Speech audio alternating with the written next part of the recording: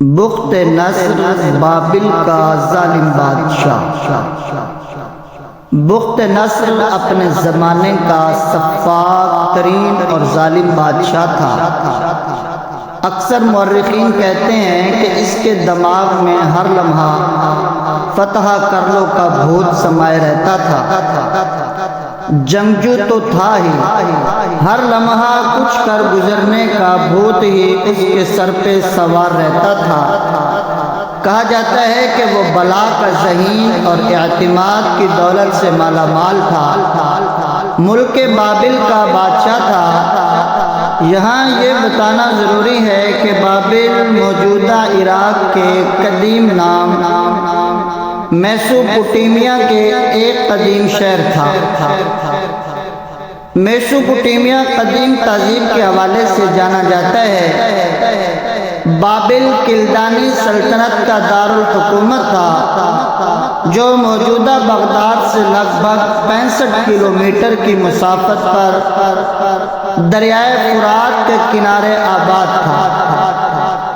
1750 قبل مسیح میں بابلونیا کے بادشاہ حمورابی نے اسے دارالسلطنت بنایا تو یہ دنیا کا خوبصورت ترین شہر بن گیا۔ 4000 سال قبل مسیح کی تحریروں میں بھی اس کا ذکر ملتا ہے۔ 699 قبل مسیح میں نصر یا بخت نصر نے اسے دوبارہ تعمیر کرایا۔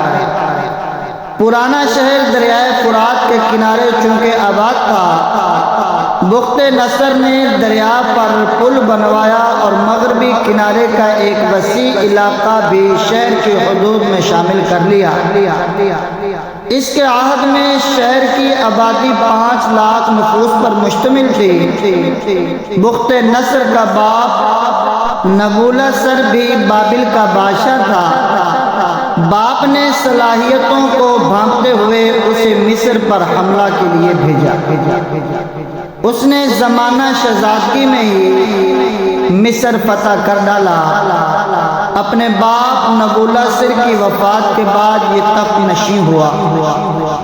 اس کے عہد سلطنت میں زیادہ تر دولت بابل کی قلعہ بندی اور تعمیرات پر خرچ ہوتی رہی۔ اس کا محل عجوبہ تھا۔ اس کے تعمیر کردہ معلق باغات دنیا کے 7 قدیم عجائبات میں دوسرے نمبر پر شمار ہوتے ہیں۔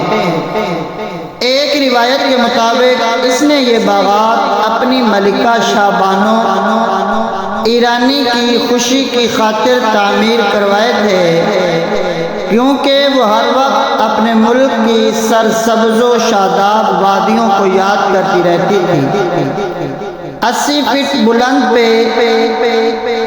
یہ باغات معلق نہ تھے، بلکہ ایسی جگہ لگائے گئے تھے جو درجہ بدرجہ بلند ہوتی ہوئی 350 فٹ تک پہنچ گئی تھی۔ ان کے علاوہ بنو نصر کے زمانے میں بابل علم و ادب اور تہذیب و تمدن کا بڑا مرکز بھی مانا جاتا تھا۔ یہ 6 صدی قبل مسیح کی بات ہے۔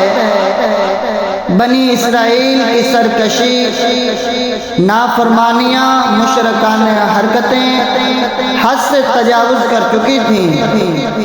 ہر طرف ظلم و جبر، فساد اور لوٹ مار کا بازار گرم تھا، تو قوم عمالقہ کا یہ ظالم بادشاہ بابل سے ایک بہت بڑی فوج کے ساتھ آندھی و طوفان کی مانند راستے میں آنے والی تمام حکومتوں کو پامال کرتا ہوا فلسطین پہنچ گیا۔ تھوڑے ہی عرصے میں اس کی اینٹ سے اینٹ بجا دی۔ 40,000 سے زائد علماء کو قتل کر دیا، یہاں تک کہ وہاں ایک عالم بھی زندہ نہ بچا۔ بخت نصر بنی اسرائیل کے 80,000 افراد کو قیدی بنا کر بابل لے گیا۔ بخت نصر کی فوج نے بیت المقدس میں عظیم الشان محلات کو کھنڈرات میں بدل دیا۔ ہیکل سلیمانی میں موجود وسیع و عریض نادر اور نایاب کتب سے مزین کتب خانہ جلا کر راکھ کر دیا، جن میں دوسرے مذاہب کے اصلی نسخے بھی شامل تھے۔ قدرت کسی قوم پر اپنا قہر اور عذاب ایک دم سے نازل نہیں فرماتی، بلکہ انہیں پہلے سدھرنے کے پورے مواقع فراہم کرتی ہے، پھر اسے جھنجھوڑتی ہے اور سبق سکھاتی ہے۔ تفسیر فاران میں ہے کہ جب یہودیوں نے فساد، شر انگیزی اور اللہ کے احکامات سے روگردانی کی تو اللہ عز و جل نے کسی ایسے شخص کو ان پر مسلط کر دیا جس نے ان کو ہلاکت اور بربادی سے دوچار کر دیا۔ پہلے جب انہوں نے فتنہ فساد کیا اور توریت کے احکام کو رد کیا تو بخت نصر کو ان کی طرف بھیجا، جس نے ان کو تہس نہس کر دیا۔ کچھ عرصہ بعد جب دوبارہ انہوں نے سر اٹھایا تو تیتوس رومی نے ان کی اینٹ سے اینٹ بجا دی۔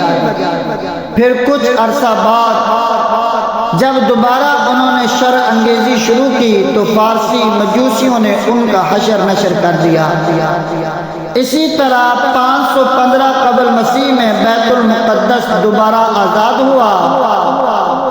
بنی اسرائیل نے حضرت عزیر علیہ السلام کی موجودگی میں رو رو کر توبہ کی اور آئندہ خدا کے احکام کے مطابق زندگی گزارنے کا عہد کیا، لیکن یہ زندگی بنی اسرائیل کو پھر راست نہ آئی۔ فارغ البالی نصیب ہوئی تو ایک دوسرے سے اختلاف اور جھگڑے پھر معمول کا مشغلہ بن گئے، یہاں تک کہ رفتہ رفتہ بنی اسرائیل پھر اس حالت کو پہنچ گئے جس میں ان پر بخت نصر کی شکل میں عذاب نازل ہوا۔ اصل لفظ بابل ہے، یہ قرآن مجید کا لفظ ہے۔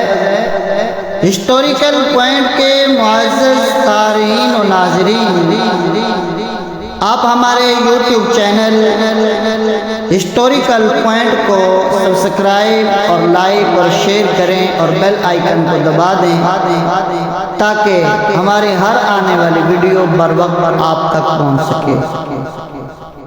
آخر میں اللہ سے دعا گو ہوں اللہ تعالیٰ آپ کی تمام مرادیں پوری فرمائے، دنیا آخرت کی کامیابیاں نصیب فرمائے۔